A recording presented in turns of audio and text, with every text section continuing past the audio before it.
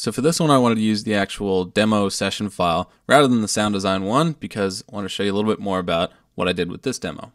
First on the list was talking about using a small envelope on a comb filter, what that means, how to use it, and make that all work out. So here's the sound by itself. And to understand what just this parameter does, I'm going to take away most of the other elements. So now here's what this oscillator sounds like going through both of these filters, and you're going to hear them each equally mixed together. That's what this guy does right here, rather than hearing them each one at a time.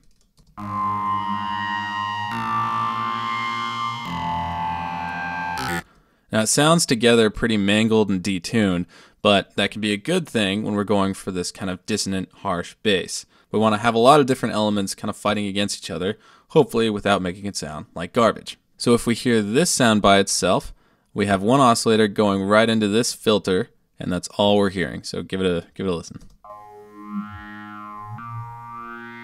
You do hear this envelope on it, and that's kind of a standard thing. This doesn't sound very exciting, but you do hear the pitch pretty clearly. It doesn't sound out of tune, whereas up here, it sounds very out of tune and pretty shitty by itself.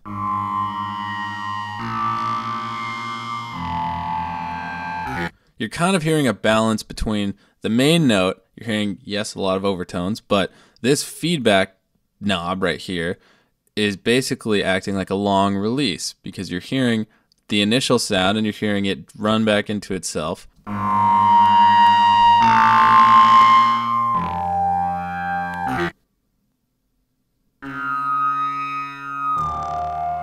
When I bring this feedback knob a little bit down, you get a small taste of that out of tuneness, just for a quick little bit, but we want to hear more of that so it really affects the whole patch. So back to what this little guy does. I don't generally like to affect the comb filter pitch too drastically. I mean, you can see that I've got two macros, both having actually a pretty big impact on the sound, and all it has to do is just move a tiny little bit to make that all work out. So rather than making this pitch envelope be all the way up here and having it pretty drastic, I put that right down here and have it just barely affect the sound. Watch what happens when I take this off.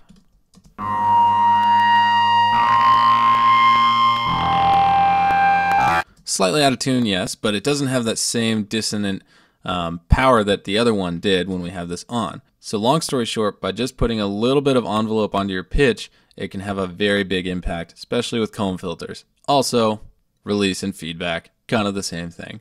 So there's that one. Tying it back in with this filter, that's what we have this mix knob to do, is get a little bit of that good sounding, not out of tuneness with shitty, out of tune, dissonant garbage, if I may. Next on the list is talking about a frequency shifter and how to make it work kind of like an extra LFO. Right now, what you're going to hear is that same one oscillator routed into this filter, nothing crazy, not in this comb filter, and then we're going to apply this frequency shifter, and we're going to talk about how it works. If we put this dry wet knob all the way up, you're going to hear just this shifted frequency. That's all it does, it shifts the frequency.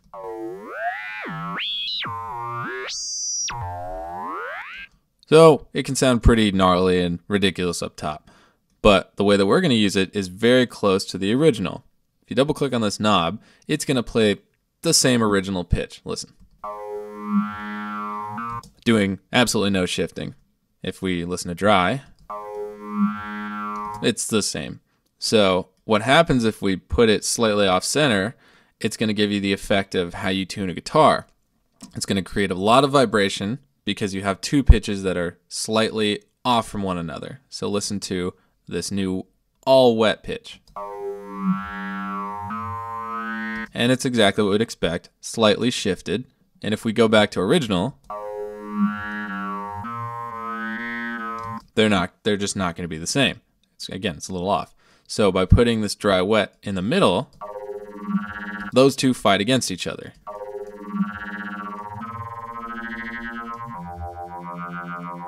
So you hear how it kind of sounds like an LFO because that's exactly what you do when you're tuning a guitar. You try to get those off balance vibrations to match each other. So right here when it's off balance, it's going to be pretty noticeable. And the cool thing is when the pitch goes higher, there's actually more vibration, and when the pitch goes lower, there's less.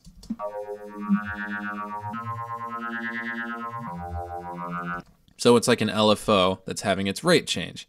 And by itself, it's all right, but when we have this LFO on top of it, another one here that's affecting this oscillator, and comb filter, again, thrown into the mix, you can get a pretty gnarly all-around sound.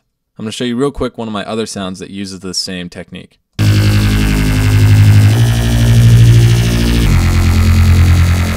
So you hear how, again, when it changes pitch from higher to lower, you're going to hear more and less vibration. So that one's a pretty sweet trick. So the last thing I wanted to talk about is how to make macros work in a more creative and songwriting sense, and how to make interesting drops rather than just attaching it to a few things like cutoff, effects mix, things like that.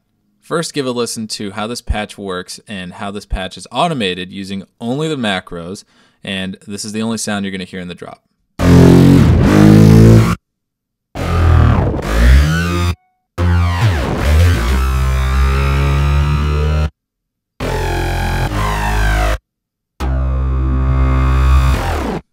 So, the interesting thing about this is that all of these macros are contained just inside Massive. I mean, that's standard, but the fact that all these sounds were generated without using any external plugins means that if I then go in and decide to add in delays and reverbs and other filters, it's just going to make it sound better with an already decent sounding foundation. I'm not using a ton of extra processing just to get something that's passable. So what are these all doing? What I have here, let's talk about this first one. Massive LPF minus crazy. So that's number 7 over here. And what this one does is it's attached to the high shelf frequency, the damping of the comb filter, the feedback, and the P-shaper drive. So when I go about attaching these different macros around, what I do is I find one thing that sounds pretty good and then build off of that. So if I bring all this up, this is going to be with just the high shelf, like it's all the way down. Listen to that. And when it's how I had it in the demo,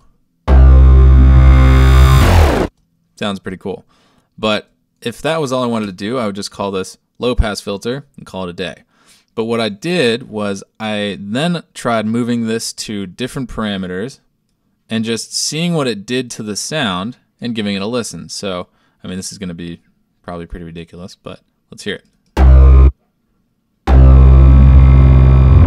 So that isn't a very good match. And I might even try, something like this. This is going to be weird, but hey, go with it.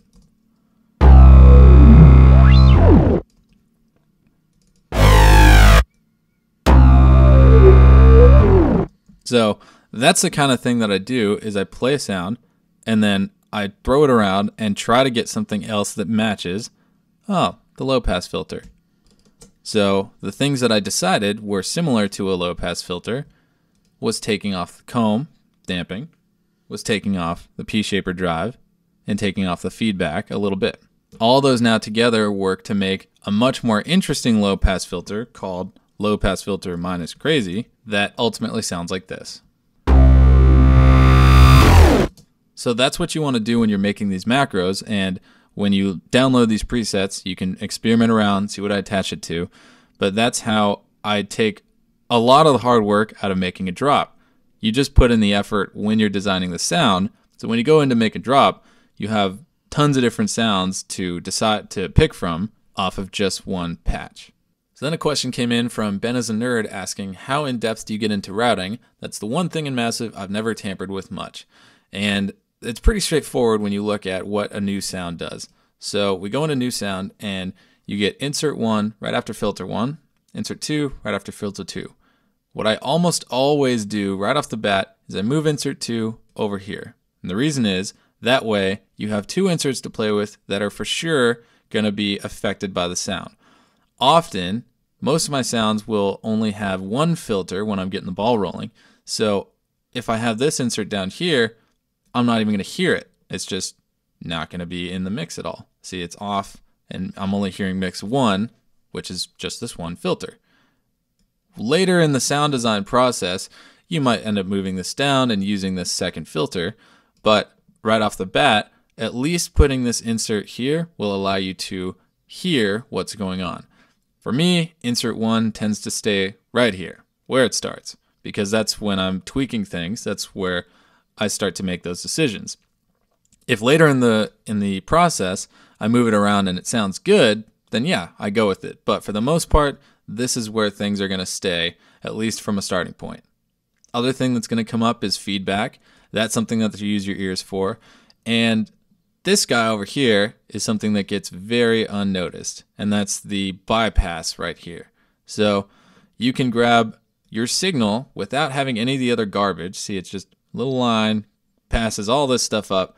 And so that way, if you want an extra element that you feel like you might have lost in this whole routing and filtering process, you can pick one of these guys and it'll say, hey, I'm going to take oscillator 3 and just throw that at the end, right over here, EQ, or right over here at the effects.